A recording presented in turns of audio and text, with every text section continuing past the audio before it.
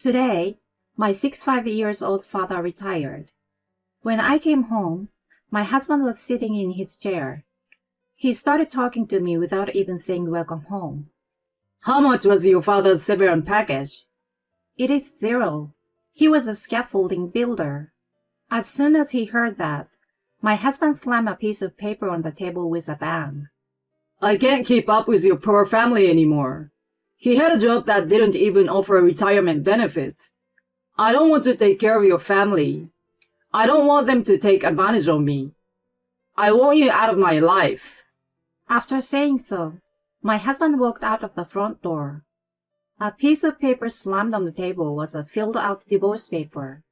I couldn't help but laugh, because he believed the lie that I had been telling him for 10 years and did something fatal. I am an ordinary housewife. I loved my father since I was little. He was a scaffolding builder. His face and arms were always tanned.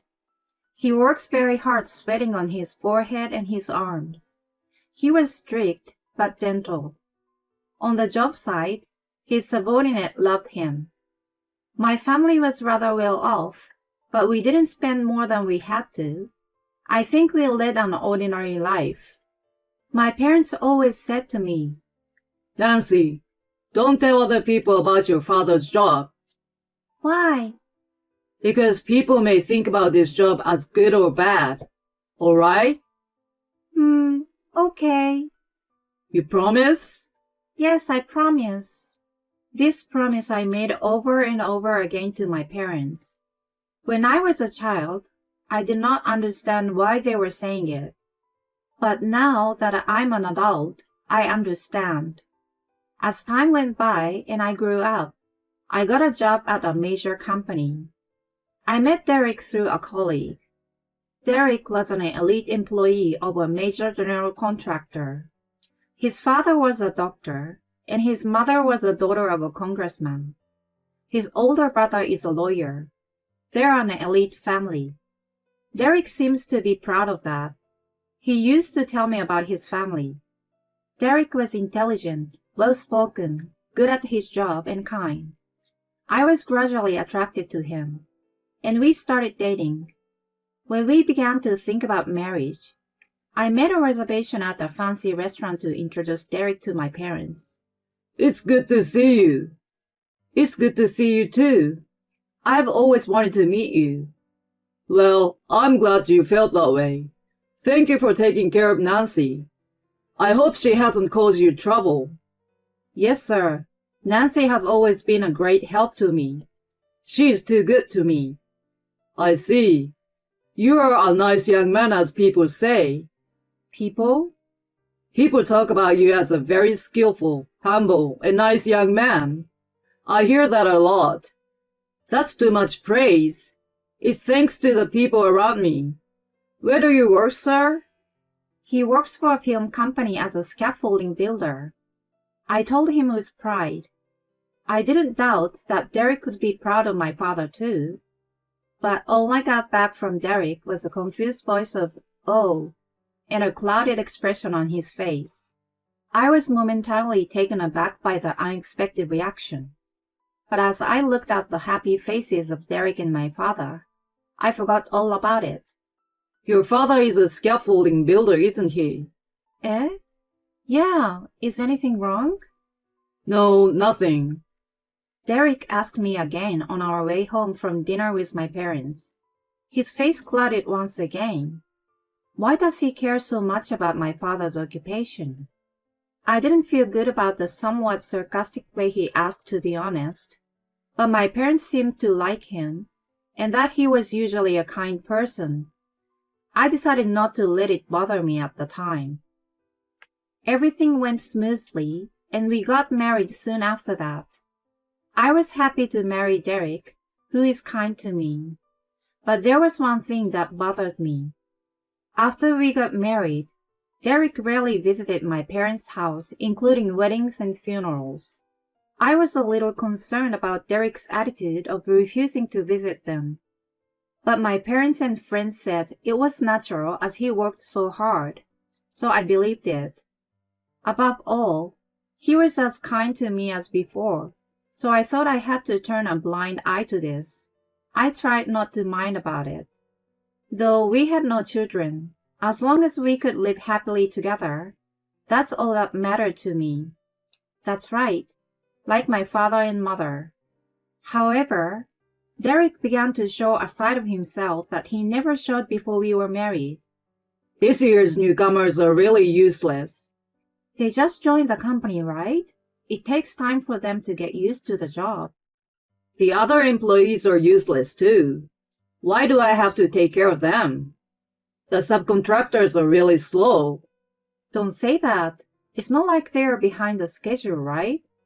Well, they aren't, but I think that is why they are still working for a small company. They should have gotten things like this done quickly. Just a little thing, such as talking badly about subordinate, or talking down to the subcontractors' companies. As I lived with him, my discomfort with Derek grew more and more, but I tried not to let it bother me. I assumed it was just because he was busy at work and under a lot of stress.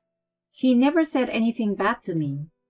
As I left my job when I got married and became a housewife, I thought it was my job as a wife to listen to his complaints. 10 years after Derek and I got married, my father retired from the company where he had worked for a long time. That day, we had a small dinner party at my parents' house to thank my father for his hard work. Naturally, my husband did not come to my parents' house. Is Derek busy again today? Yes, he has something he can't miss. I'm sorry, Mom and Dad. You must be looking forward to seeing him. When I said that, my father said, I hear a lot about his work. He must be busy. It's been a while since the three of us got together. Let's have fun with the three of us together as a family. Although my parents looked a little sad, we enjoyed a leisurely meal together. I heard about my father's work, which I'd never had the chance to listen to in depth. I once realized what an amazing person my father is. My father has worked so hard for us. From now on, I want him to enjoy his time with my mother, doing whatever he loves to do, such as hobbies and traveling. I went home with warm feelings. I'm home. Oh, the light is on. Oh, you are home. Derek, I thought you were going to be late. There's my husband Derek in the living room. Derek, holding something in his hand, doesn't even look at me. As if he didn't hear my words, Derek asked me a question. Your father is retired, right? How much was his severance pay? Severance pay? He doesn't get any severance pay. He was a scaffolding builder. I see. Oh, hey, Derek, where are you going? He put something in his hand on the living room table. He ignored me and headed for the front door. I called out to him several times, but he never turned around and just walked away. I was so surprised to see what was left in the living room. I could not even say a word. Divorce papers? Why? The smartphone I left in my bag rings. It was a message notification. As I opened it, it was from Derek, who had just left. I'm not going to take care of your parents. Your father did not even get any severance payment. I don't want to take care of such a loser. I'm divorcing you. That's what it said. Of course, my parents have never asked Derek for money. They don't plan on relying on us when they retire. They've always taken care of us. They were always concerned about my husband's busy schedule. I have been conniving at his contemptuous attitude towards his subordinates, subcontractors, and my father. But when I see his message, I lost my patience. I don't want him either. I immediately filled out the divorce papers and filed them. Derek left the house with just a few things and never came back. So I packed up all of his belongings in cardboard boxes and sent them all to his parents' house. I sent them without any heads up, but they didn't say anything about it. I guess Derek must have told them. I was a stay-at-home wife, and had no job. So I explained the situation to my parents and decided to go back to their place for the time being. My parents were surprised, but as they listened to me, they expressed their anger towards Derek. They told me to come home. About a year had passed since the divorce. I received a phone call from Derek, begging me to let him meet my father. Hello? Hey, how are you doing? Who is this? You know who I am? Don't be silly. It's me, Derek. What do you want now? I'm sorry that I left you with divorce papers all of a sudden. What? I don't know why you are calling me now. Don't give me the cold shoulder. Nancy, would you do me a favor? A favor? Derek calls my name in a coaxing voice. Nancy, I need to see your father. I don't have any reason to do so. Please, I really need to see your father. I don't care. You don't want anything to do with a father who doesn't even have any severance pay, right? I'm really sorry about that. I didn't know that your father was on the board of directors of the film company. I'm sure you didn't. You look down on people because of what they do or how much they are paid. I never told you. It's true, isn't it? How come you want to see my father all of a sudden after we divorced for a year? I wonder if my father's company turned down the project your company is proceeding with. I heard Derek gulped with my words. Maybe I was a little mean, but he made fun of my father and unilaterally left the house with the divorce papers. I had to say that much. I'm really sorry. If you know that much, please, we have been a family for 10 years. We have been divorced for a year. We are strangers. And besides, you didn't show up at my parents' house for whatever reason when we were married. How dare you call them family? Please. No, I will not let you see my father. He seemed so desperate that he apologized over and over again. I'm sorry about that time. I'm sorry for you too. So please let me see him. I heard his voice saying it, but hit the end button and hung up on him. My father, Carl, was an executive at the company he worked for. He was a scaffolding builder when he was young, but by the time I can remember, he was in an important position at the company. He has been friends with the president of the company since he was young. They went out for a drink in private, and they were best friends. However, my father didn't like to talk about his position to others unnecessarily. He didn't like the idea of flaunting his position. He loved construction sites so much that even after he became a board member, he visited there with drinks and such. So he didn't like the formal title much. Furthermore, when people learn of my father's title, some approach him with treacherous feelings. My father's company was not a big one, but it had a long history and was well known locally. My father, who had worked hard and diligently for many years, was trusted by his subordinates. He also had good connections in the local community. Some clients gave the company large orders because they trust my father.